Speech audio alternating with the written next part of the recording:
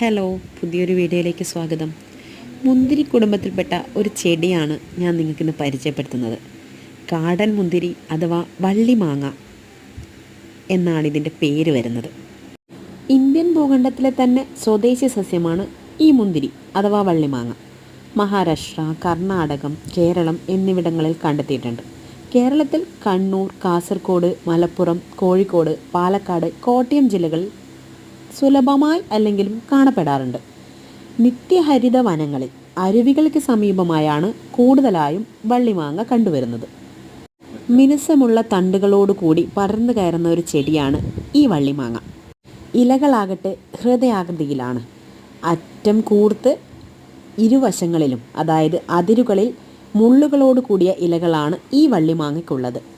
ചുവപ്പിനോടടുക്കുന്ന തവിട്ട നിറത്തിലുള്ള പൂക്കളാണ് സാധാരണയായി കണ്ടുവരുന്നത്. പാകമാകുമ്പോൾ കറുപ്പ് നിറമാകുന്ന കായ്കളും. മുന്തിരിക്കുലകളോട് സാമ്യമുള്ള കുലകളിലാണ് കാണപ്പെടുന്നത്. സാധാരണയായി 2 മുതൽ 4 കുരുക്കൾ വരെ ഓരോ കായയിലും കാണാം.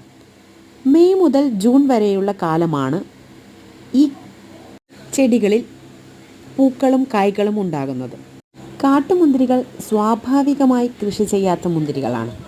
ധാരാളം സ്പീഷീസുകളുണ്ട്. മിക്കതും പരസ്പരം സാമ്യമുള്ളതും വേർതിരിച്ചറിയാൻ പ്രയാസവുമാണ്.